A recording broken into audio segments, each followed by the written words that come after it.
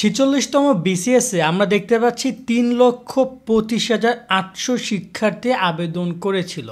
আমরা যেটা ক্যালকুলেট করি যে ৩,২৫,৬০৮ জন শিক্ষার্থী আবেদন করেছিল। সবার আবেদন ফি ছিল ৭০০ টাকা। এই আবেদন ফি হিসেব করে দেখা যায় প্রায় ২২,৭৯,২৫,০০০ টাকা কিন্তু এসেছে শুধুমাত্র ৪৬তম বিসিএসের আবেদন থেকে। এবং অনেক শিক্ষার্থীর একটা দীর্ঘদিনের কমপ্লেন ছিল যে এই আবেদন ফি বিশেষ করে বিসিএস এবং সরকারি চাকরিতে এটা অনেক হিউজ, এবং দেখা যায় একজন শিক্ষার্থীর জায়গা জমি বিক্রি করতে হচ্ছে আবেদন ফি দিতে। তো এই আবেদন ফি নিয়ে সুখবর যে এবার তারা ২০০ টাকায় আবেদন ফি নিচ্ছে। মানে বিসিএসে আবেদন ফি কোথায় ছিল ৭০০, সেখান থেকে এখন তারা সেটা ২০০ টাকা নিয়ে আসতে যাচ্ছে। এবং এই কারণে অনেক শিক্ষার্থী স্বাচ্ছন্দ্য এখানে আবেদন করতে পারবে। এমনকি আমি অনেকে দেখেছি যে ভাই আমি একটু চেষ্টা করব, চেষ্টা করার মূল্য ৭০০ টাকা, তাই আমি অনেক সময় টাকা নাই তাই আবেদন করি না। আর এছাড়া এখানে আমরা নিউজটা পড়ছিলাম, বাংলাদেশ সিভিল সার্জন বিসিএস পরীক্ষায় আবেদন ফি ৭০০ টাকা কমিয়ে ২০০ টাকা নির্ধারণ করছে সরকার।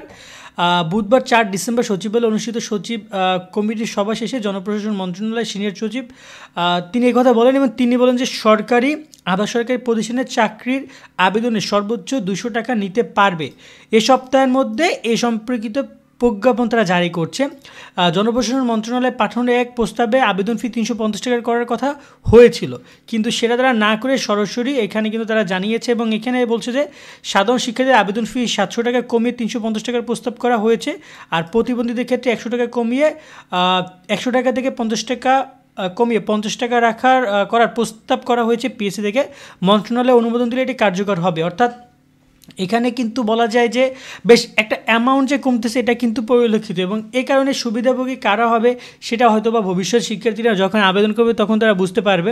কিন্তু আমি অনেক শিক্ষার্থী দেখেছি যারা কিনা দেখা যায় পড়াশোনা করে, কোচিং করে, নিজের মতো করে সব খরচ করে, আবার দেখা যায় এখানে একটা বড় অ্যামাউন্ট প্রতি মাসে ৫টা ৬টা জায়গায় আবেদন করতে হয়, সেখানে গিয়ে পরীক্ষা দিতে হয়, অনেক কষ্ট আছে। সব কিছু মিলিয়ে অনেক শিক্ষার্থীরা অনেক এই যে চাকরির বাজারটা অনেক ব্যয়বহুল হয়ে যাচ্ছিলো।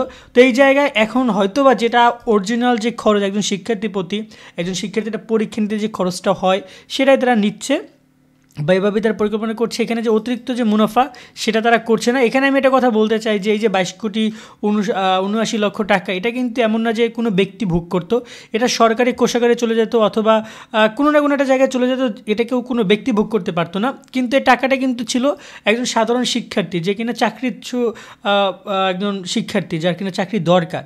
এই শিক্ষার্থীদের প্রতি বছরে লাখ লাখ টাকা, কোটি কোটি টাকা এভাবে সরকারি কোষাগারে যুক্ত হয় শুধুমাত্র এভাবে আবেদনের ভিত্তিতে। হয়তো বা সামনে এই জিনিসটা আর হচ্ছে না।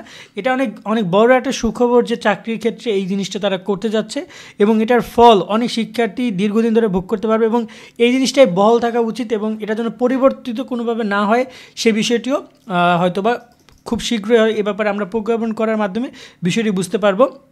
এখন দেখা যাক এ ব্যাপারে জনপ্রশাসন মন্ত্রণালয় সর্বশেষ কী প্রজ্ঞাপন উল্লেখ করে। এমন হতে পারে যে এর আগে কোনো কিছু সংশোধন হতে পারে, বাট যদি হয় আমরা জানার চেষ্টা করবো। বাট এটা একটা গুড নিউজ শিক্ষার্থীদের জন্য যারা কিনা ইন ফিউচারে এই মার্কেট প্লেসে আসবে, চাকরির জন্য চেষ্টা করবে এবং তারা আবেদন করবে। আজকের মতো এখানে বিদায় নিচ্ছি। ভালো থাকবেন সকলে। আল্লাহ হাফেজ।